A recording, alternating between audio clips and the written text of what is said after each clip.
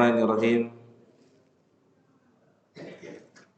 Assalamualaikum warahmatullahi wabarakatuh.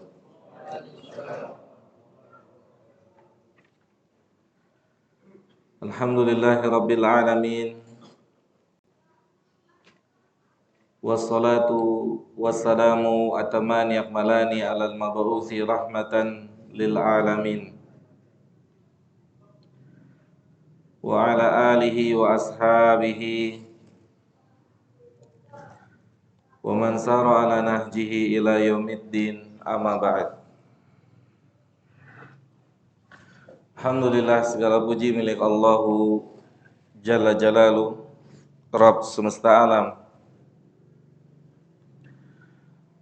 yang masih memberikan kita semua berbagai macam kenikmatan yang sangat banyak sekali. Yang harus kita yakini, apapun kenikmatan yang kita miliki hari ini adalah berasal dari Allah Subhanahu wa ta'ala. Di antaranya kenikmatan kita dikumpulkan di tempat yang terbaik di malam hari ini. Oleh karena itu, patut dan layak kita bersyukur pada Allah Subhanahu wa ta'ala, karena Allah berkenan menempatkan kita di salah satu rumahnya, di masjid yang kita cintai, yang di dalamnya banyak sekali faidah, banyak sekali kenikmatan. Allah Ta'ala berfirman, wa ma bikum min ni'matin faminallah. Dan kenikmatan apa saja yang kalian rasakan atau yang kita peroleh, di antara nikmat kita duduk di majelis ilmu ini adalah pemberian dari Allah Subhanahu wa ta'ala.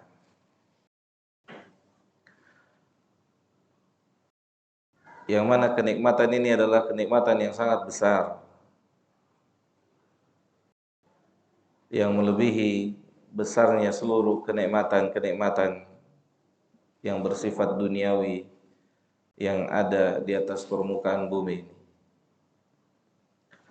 Kenikmatan seseorang bisa belajar ilmu agama. Paling tidak jamaah yang dimuliakan oleh Allah Subhanahu wa ta'ala,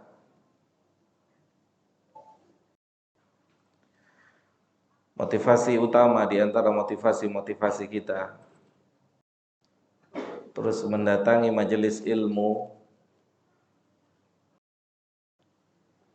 adalah keyakinan akan janji Nabi Muhammad sallallahu alaihi wasallam, yang beliau berjanji siapa saja yang memudahkan langkah kakinya menuju majelis ilmu,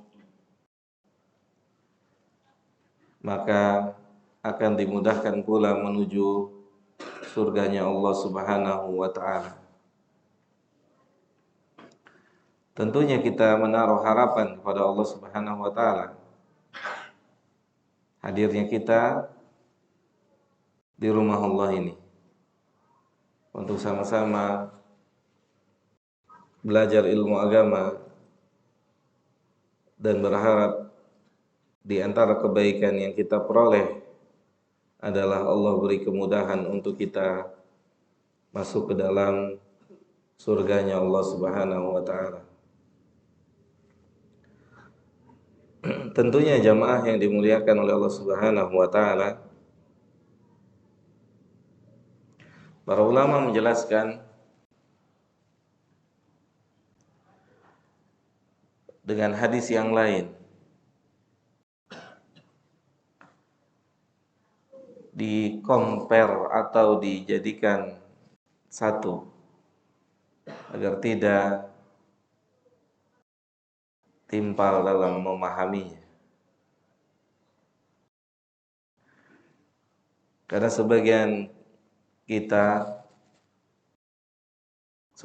bahkan boleh dibilang sebagian besar kita ketika datang ke majelis ilmu sifatnya apa, Pak? Sifatnya tidak atau kurang kesungguh-sungguhan, keumumannya. Yang ini tentunya atau ketidaksungguhan ini harus kita usahakan hilang dari diri kita.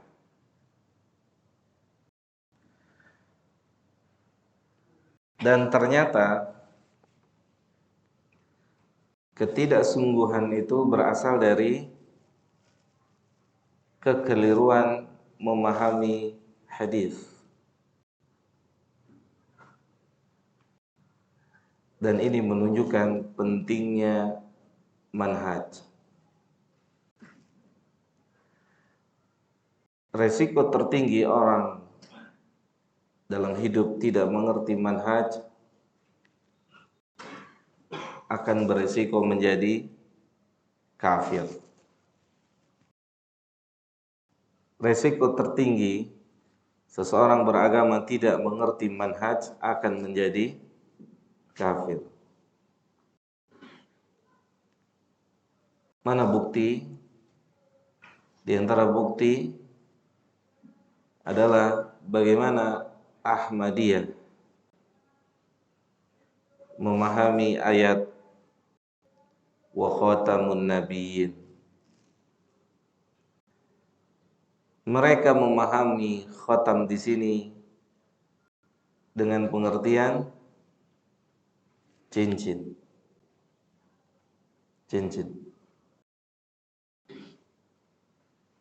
Dan mereka bisa membuktikan kalau khatam artinya adalah cincin. Dengan membuka komus atau kamus, maka di antara makna khatam adalah cincin. Sehingga ketika khatam bermakna cincin, dari satu sisi, dari sisi lughah atau dari sisi bahasa, Ahmadiyah tidak salah menetapkan Mirza Ghulam Ahmad sebagai nabi sesudah Nabi Muhammad sallallahu alaihi wasallam. Dari satu sisi, dari sisi bahasa, dia nggak salah.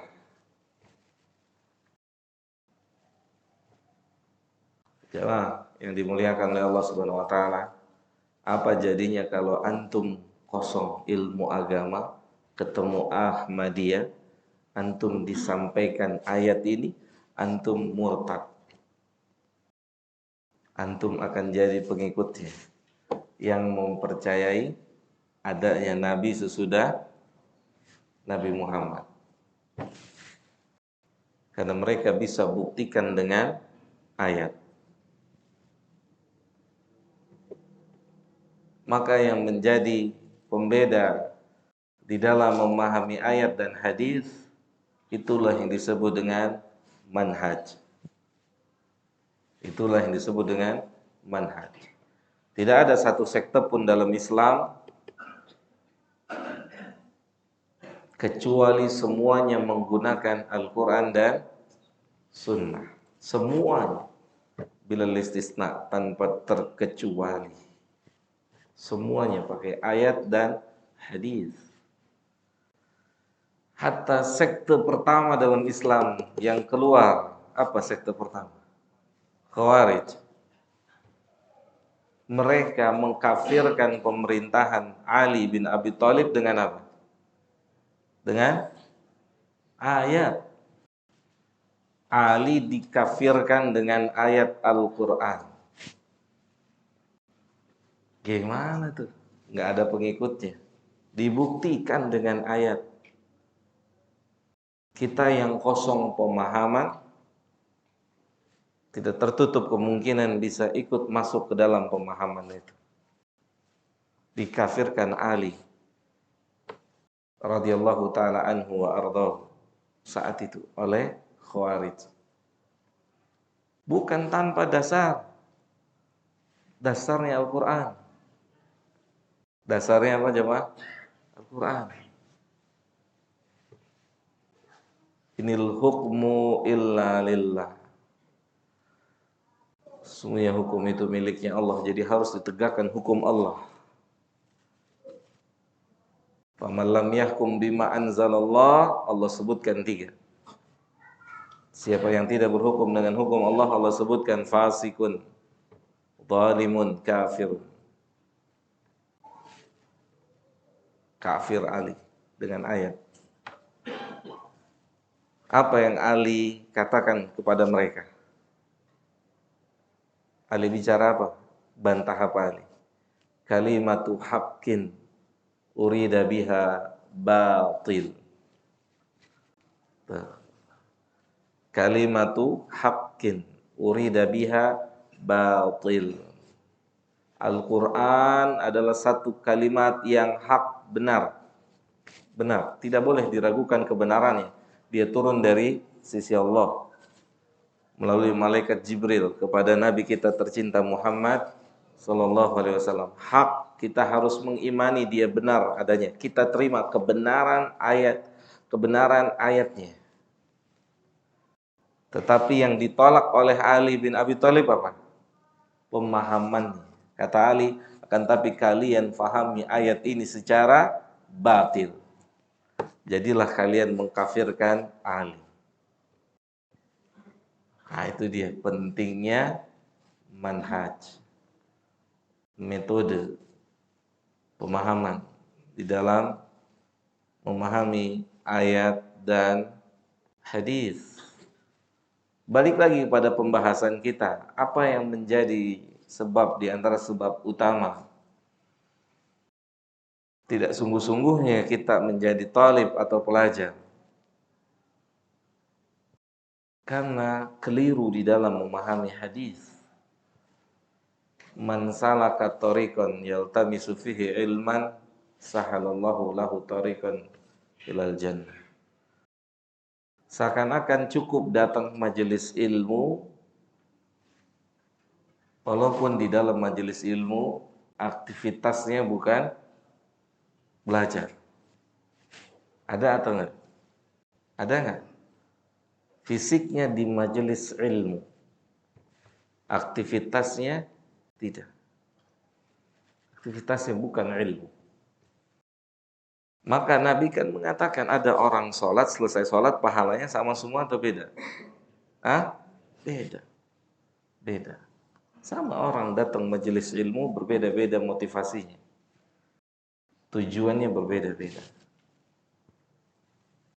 Dan itu yang menjadi pembeda antara orang yang benar-benar memahami atau orang yang hanya sekedar datang majelis ilmu. Kata Syekh Saleh Al-Utsaimin, antum tengok hadis-hadis tentang ilmu jangan hanya dari satu hadis. Hadis lain Nabi katakan yufaqihu fiddin. Oke? Artinya apa? Apa? Faqih, faham. Man yuridillahu bihi khairan yufaqihu fiddin. Siapa yang diinginkan kebaikan oleh Allah bukan cuma duduk di majelis ilmu. Ana tanya, ada nggak orang datang majelis ilmu justru bawa dosa? Bukan bawa pahala. Ada atau tidak? Ada atau tidak? Maka kata Al-Imam Ibnul Jamaah, sebenarnya kita ini belum pantas untuk disebut sebagai talib, tuwailib. Bagaimana kita mau jadi talib terhadap ilmu dan ahlul ilmu saja kita nggak ngerti bagaimana memuliakannya. Bagaimana mau jadi talib? Sementara kita nggak tahu bagaimana tinggi dan besarnya ilmu dan ahlul ilmu. Yaitu jemaah. Kata Allah, kata Nabi, man yuridillahu bihi khairan yufaqih. Ana tanya sama antum, jawab dengan hati yang jujur. Mungkin nggak tanpa kesungguhan masuk majelis ilmu keluar antum faqih? Hah? Mungkin atau tidak? Ana tanya ya. Mungkinkah antum masuk majelis ilmu tanpa konsentrasi, mendengar, menyimak, mencatat, antum keluar jadi Ibnu Taimiyah? Mungkin? Wallahi nggak mungkin. Hatta orang yang mencatat, menyimak, mendengar, dia belum tentu faham. Dia belum tentu faham. Ana sampaikan di sini sebagai tanbih buat saya dan buat antum agar rihlah kita dalam thalabul ilm benar-benar faidahnya kita dapatkan di dunia dan di akhirat nanti. Benar-benar faidahnya kita dapatkan di dunia maupun di negeri akhirat. Udah masuk Isya ya? Hah? Hah? 5 menit lagi. Oke, ini mukadimah, nanti kajiannya ba'da Isya. Ya. Maafi muskilah insyaallah.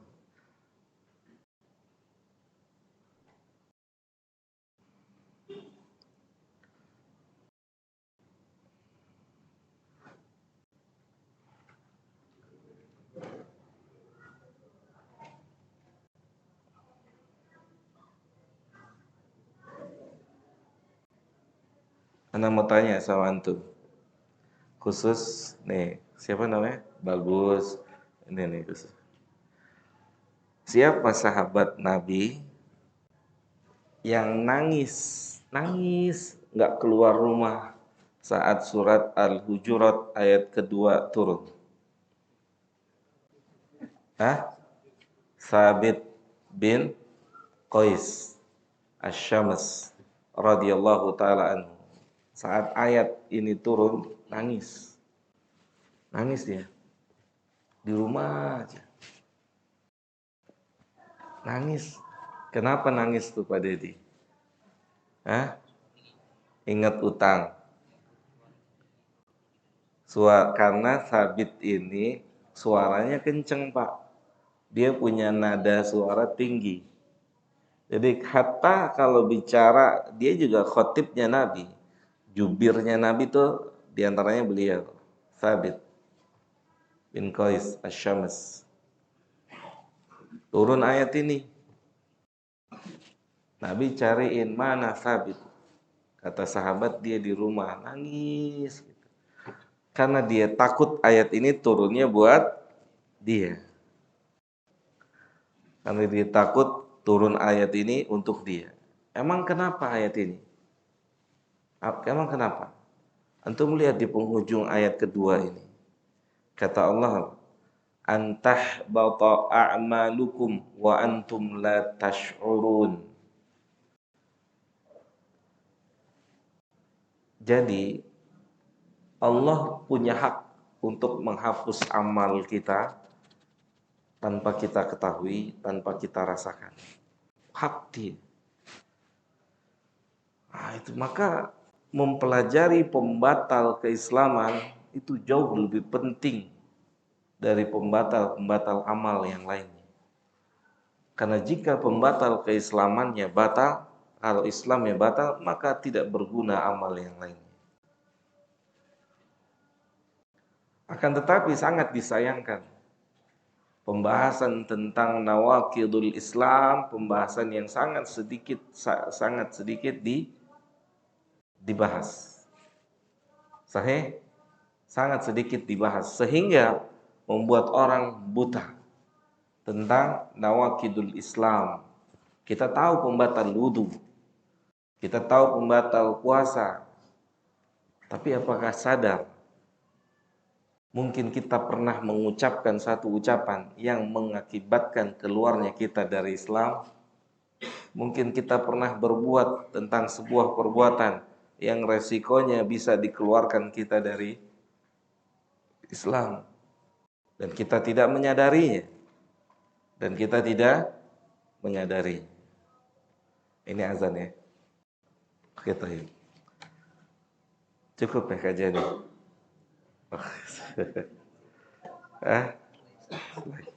Baik, nanti kita lanjut mudah-mudahan pada salat Isya. Wassallallahu ala nabiyina Muhammadin wa ala alihi wa sahbihi ajmain.